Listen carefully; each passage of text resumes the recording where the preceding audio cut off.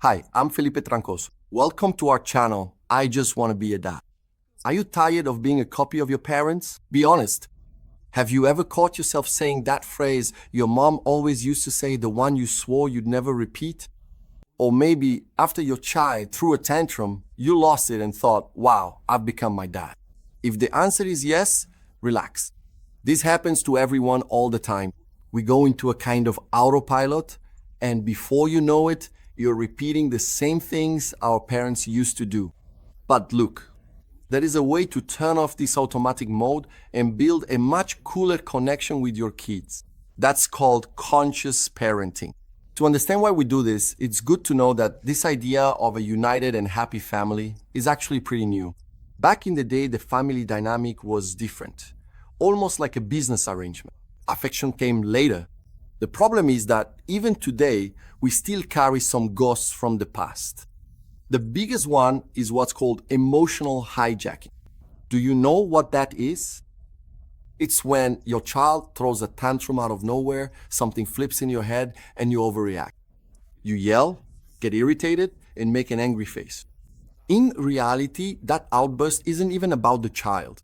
It's an old wound from your own childhood that's been poked. You're not responding to the situation, you're just reacting on impulse. And the worst part is, without meaning to, we end up passing this snowball along. That's where conscious parenting comes in to save the day, so take it easy. Being a conscious parent doesn't mean being perfect, like in a butter commercial, nor does it mean letting your child do whatever they want. The big insight is to tune into yourself, to look at your own story, figure out what your triggers are, and choose to do things differently. It's about setting boundaries with firmness and also with a lot of respect, without needing to yell or use fear. It's understanding that scolding and punishment might change a behavior in the moment, but what really stays is the mark left on the child's heart. And the real trick to making this work is in communication. But it's not just any kind of talk.